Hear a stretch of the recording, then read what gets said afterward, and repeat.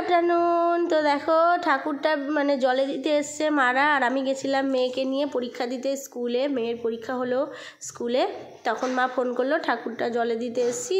আমি বললাম তাহলে দাঁড়াও, যদি আমার পরীক্ষা টরীক্ষা হয়ে যায় মেয়ের তাহলে আমি যাচ্ছি। দেখি হয়েও গেছে, মাকে এখানে এখন আমার জন্যই দাঁড়া করিয়ে রেখেছিল। আমি আসলাম, তারপর ঠাকুরটা জলে দিল। তো এই দেখো তারা মা। তো যাই হোক, আমার মায়ের আবার নাকি শুনলাম ঠাকুরটা যখন বের করবে যখন ভর পড়েছিল, তো কান্নাকাটি হয়েছে, অনেক কিছু হয়েছে, তো সেগুলো বললাম না। তো এই দেখো ঠাকুরটাকে নামানো হচ্ছে, এই যে এখন নিয়ে যাচ্ছে মাকে। তবে মা নাকি কেঁদেছে, তাই মা আবার বলল। আর ঠাকুর দেখে না, আমার প্রথম দিনই ঠাকুরটা যখন এনেছিল, আমি বাড়িতে প্রথম যখন দর্শন করেছিলাম, দেখে আমার এত পছন্দ হয়েছিল। আমি তখনই ঠাকুরকে প্রণাম করছি আর বলেছি, ঠাকুর আসছে বছর তুমি আবার এসো। জানি না, যদিও এটা মানদের পুজো ছিল, তবুও কেন মনে হলো জানি না, এতটাই ভালো লেগে গেছে আমার। আর আমার জীবনের ফার্স্ট টাইম আমি এই প্রথম কালী পুজোর উপোস করেছি। কালী ঠাকুরের নাম শুনলেই আমার ভয় লাগে। কালী ঠাকুর আর তারা মা যদিও অনেক আলাদা, তবুও জানি না, বেশ ভালো লেগেছে আমার।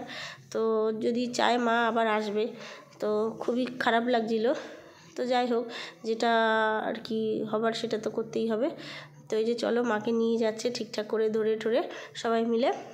আর ভীষণ আওয়াজ হচ্ছিল, ঢাকের, কাশির, উলুধ্বনি সব কিছুই হচ্ছিল। ওই জন্য একটু মিউট করে দিয়েছি। আমি ঠিক জায়গায় গিয়ে মিউটটা আবার খুলে দিচ্ছি, তোমরা এখন আমার ভয়েসটাই শোনো। তো দেখতেই পাচ্ছ আমার মামি কাশি বাজাচ্ছে, আর আমার এদিকে মামা আর আমার দিদির বর এই ধরে ধরে নিয়ে যাচ্ছে। এই দেখো, দেখেছো? আর আমার মা ভিডিও করছে, এই যে। তো চলো এইদিকে আমার মুখটা একটুখানি দেখাই, এই যে আমাকে দেখো, এই যে আমি একটু দেখালাম। আর মেয়ে তো দুষ্টু করছিল, আমার দিদির মেয়ের সঙ্গেই ছিল। আমি বলছিলাম হাত ধরে ধরে আয়, আস্তে আস্তে হেঁটে হেঁটে আয়। আমি হাত ধরছিলাম, হবে না, ও একা একাই সিঁড়িগুলো দিয়ে নামবে। এই যে মাকে একদম গঙ্গার ধারে নিয়ে চলে এসছে, অনেকটাই সিঁড়ি বেশ। আর আমি ভয় দিচ্ছি, আমার ঠান্ডা লেগেছে প্রচুর, কি বলবো আর, তোমাদের কিছু বলার নাই। তো আর রোদ্রুও ছিল, তাই একটুখানি কপালে হাত দিয়ে নিলাম। ওই যে মেয়ের উপর চেঁচাচ্ছি যে ওদিকে যাস না, ও যাচ্ছে। তো যাই হোক, এবার একটু ভয়েসটা খুলে দিলাম, শোনো এবার।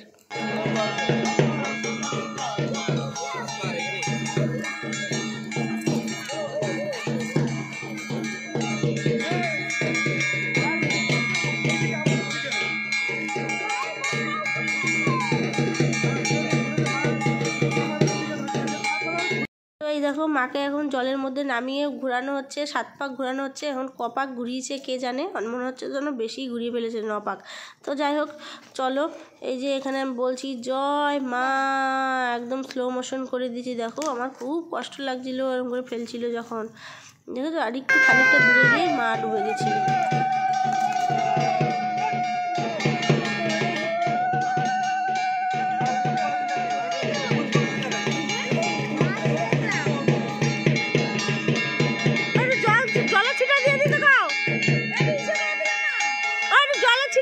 এদিকে দেখো কত মাছ এসছে এখানে, আমার দিদির মেয়ে আমাকে ডেকে দেখাচ্ছিল, তাই ভিডিও করছি। তোমরা বুঝতে পারছো কিনা জানি না, ছোট ছোট অনেক মাছ এসেছিলো এই জায়গাটা, কি মাছ কি জানি।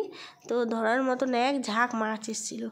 তো তোমরা হয়তো খেয়ালও করতে পারছো না, আমিও দেখেছিলাম।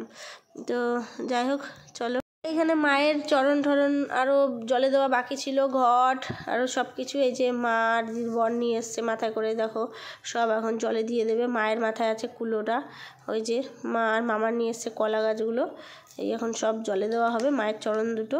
আমি জানতামই না এই ঠাকুরের যে চরণ আলাদা করে হয় আর কি। যাই হোক চলো, জলের দিয়ে দিল। আর ঘটিটা দেখো উল্টে আছে, ঘটি তো না, ওই যে কলসিটা। আর এই ঠাকুরের অনেক মানে হিস্ট্রি আমার মা আমাকে শুনিয়েছিল, সেটা শুনেই আমি জানতে পারলাম এই ঠাকুরের যে এত কিছু আমি কিছুই জানতাম না। তো হাফ ঠাকুর হয় কেন, কি করছে ঠাকুর, পুরো ঢাকা থাকে কেন, কি বৃত্তান্ত।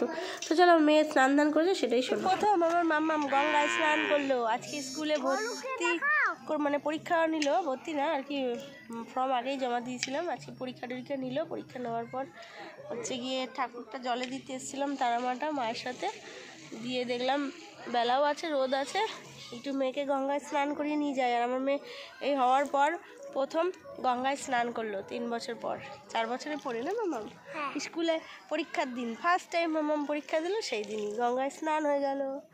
তো চলো, যেই জামা প্যান্ট পরে এসেছিলাম ওগুলো খুলেই স্নান ধান করি আবার পরিয়ে দিয়েছি, তাই না মা? এই যে এখানে জুতোটা আছে, এটাকে এখন পরাবো, দিয়ে বাড়ি যাবো। চলো টাটা, টাটা করে দাও। তো এখানে একটুখানি এই ভিডিওটা শেয়ার করলাম। দেখো হনুমান কী সুন্দর চোখলা থেকে বেছে বেছে খাবার